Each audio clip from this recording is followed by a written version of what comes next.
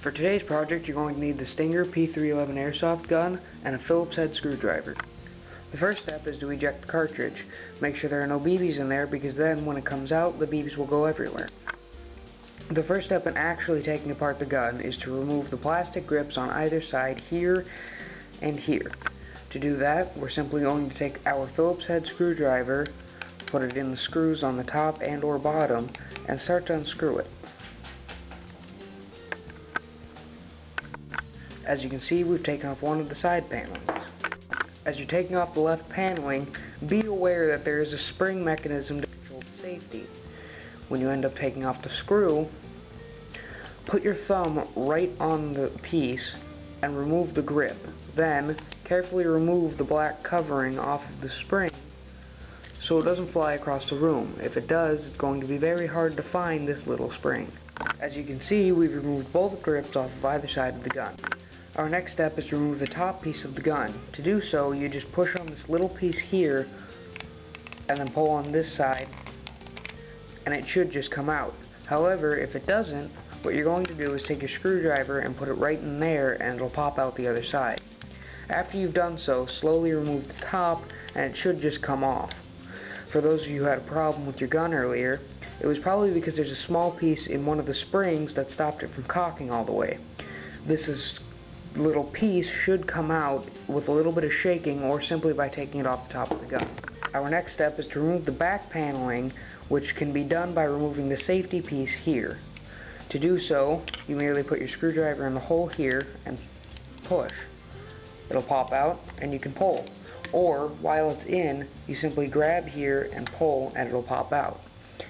Your next step is to take the bottom piece here and push through, and it'll pop out this side. You should just be able to grip it with the tips of your fingers, and then the back piece can be removed. Careful not to lose the spring here, because that's partially what helps in the trigger mechanism. Don't take off the hammer when taking apart the gun. It's useless in the firing mechanism, and for now is just put there for show. It's a nice little addition they put on. Do not take it off, because it's just difficult to put back together. Now you've taken apart the Stinger P311 Airsoft gun. To put it back together, it's essentially the same thing as taking it apart. Slip the back piece in where it was, take the safety piece and put it right in the top. Now this may take a little effort to line up the hole, but once you do, you should just be able to slip it in. The next piece you're going to put in is the piece that went in the bottom hole here. It should just press in, and then your back piece is secure. The next part of this video is putting back on this piece. To do so, you just merely put it on top and slide it in. Make sure your safety's down, push in, and it should just click in place. Once it has, you're going to take this piece, which it looks like a slide lock. It's merely there for design. You just click it in, push, and it should snap into place. Now your top's put back on. The next piece we're going to be putting on is the left side grip. You can tell it's the left side grip because it has the little angle divot on the side here, so the safety will fit right in with it. To do this, you'll start out by taking the spring from the piece up here that allows the safety to lock, and you're going to put it right onto the slide. During this process, keep the safety in the safe position. You're going to take the little black piece and you're going to insert it right in the front of the spring, and make sure that it slides right on there with the safety.